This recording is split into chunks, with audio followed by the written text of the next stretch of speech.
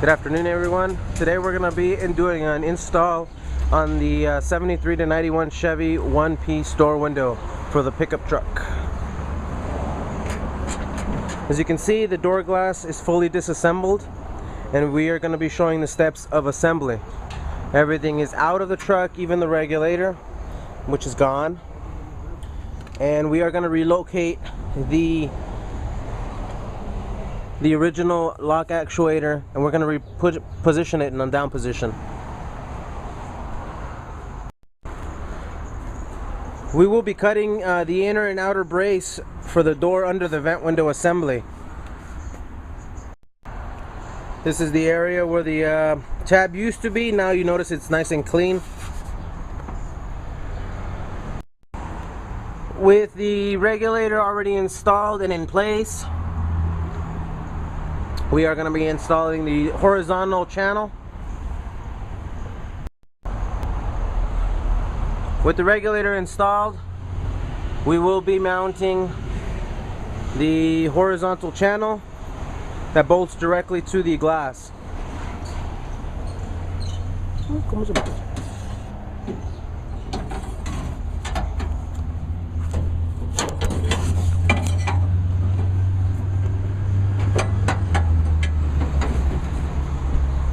And there you go.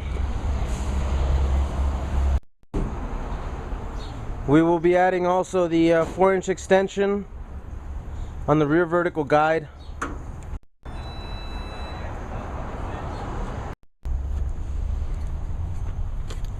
This is the rear vertical guide extension for the back. This is the 4-inch extension that comes in the kit. Just go ahead and bolt it on the back side as opposed to the front side. And then once that's done, go ahead and elongate the hole for the original bolt to give you further adjustment in the future.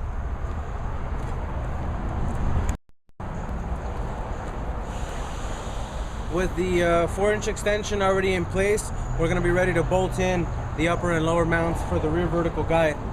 Don't forget to elongate this back hole on the lower mounting point so it gives you adjustment later on in the future when you do need adjustment. We also have to remove the outer lock pin that goes on the outside of the door to actually cut it by ½ inch. Without cutting it, you're not going to be able to, it'll get in the way of the travel of the window with the vertical guide pushed back. So don't forget to cut this.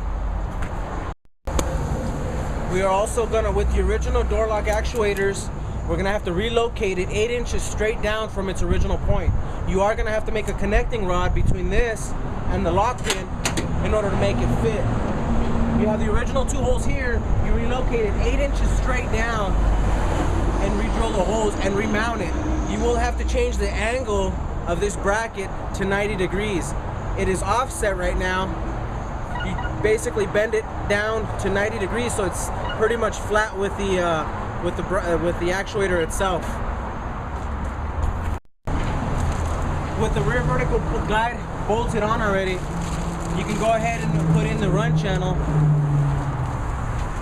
Find the length from here to here. Basically, this is how I measure it, from here to here, and this is where you're going to be starting. So you let this dangle down in there.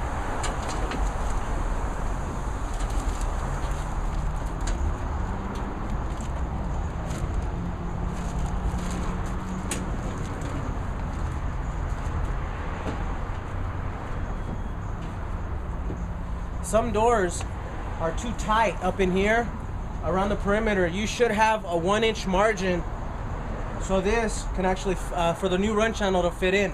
Some parts are tight. So you take the handle end of a hammer, just a regular plain hammer, jam it in there, and you just twist it open all the way around the perimeter.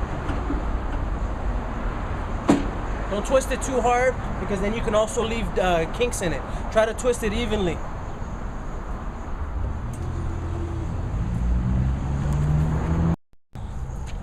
You will be taking your template, lining the holes up for the original manual regulator.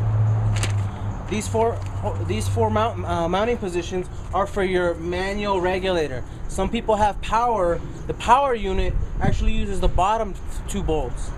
So you're always going to be using the center 2. And each door from 1977 or 78 on up, they had the 6 holes with the original power window units. Only from 78 on down is when they had only the manual regulator holes, which is these holes. Every door is going to have these 4 holes.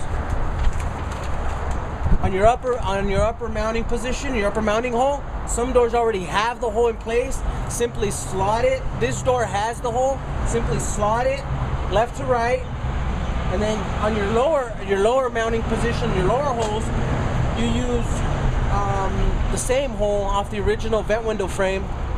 You just slot that one as well.